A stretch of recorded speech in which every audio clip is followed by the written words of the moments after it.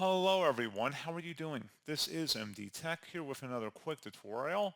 In today's tutorial, I'm going to show you guys how to turn on or off birthday notifications on Facebook. So if you do or do not want to receive notifications when your friends have birthdays, in today's tutorial, I'm going to show you guys how to make that adjustment. And without further ado, let's go ahead and jump straight into it.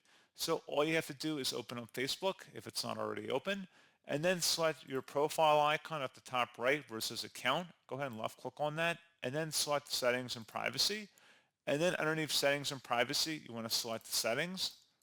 Now on the left side, you want to scroll down underneath preferences where it says notifications and left click on that. Underneath what notifications you receive, scroll down underneath birthdays. Go ahead and left click on that. And you can toggle these options either to the on or off position depending on your preference. And this would be for web browser notifications, email, or text message. So pretty straightforward process on that, guys. And as always, thank you for watching. I do hope I was able to help you out, and I do look forward to catching you all in the next tutorial. Goodbye.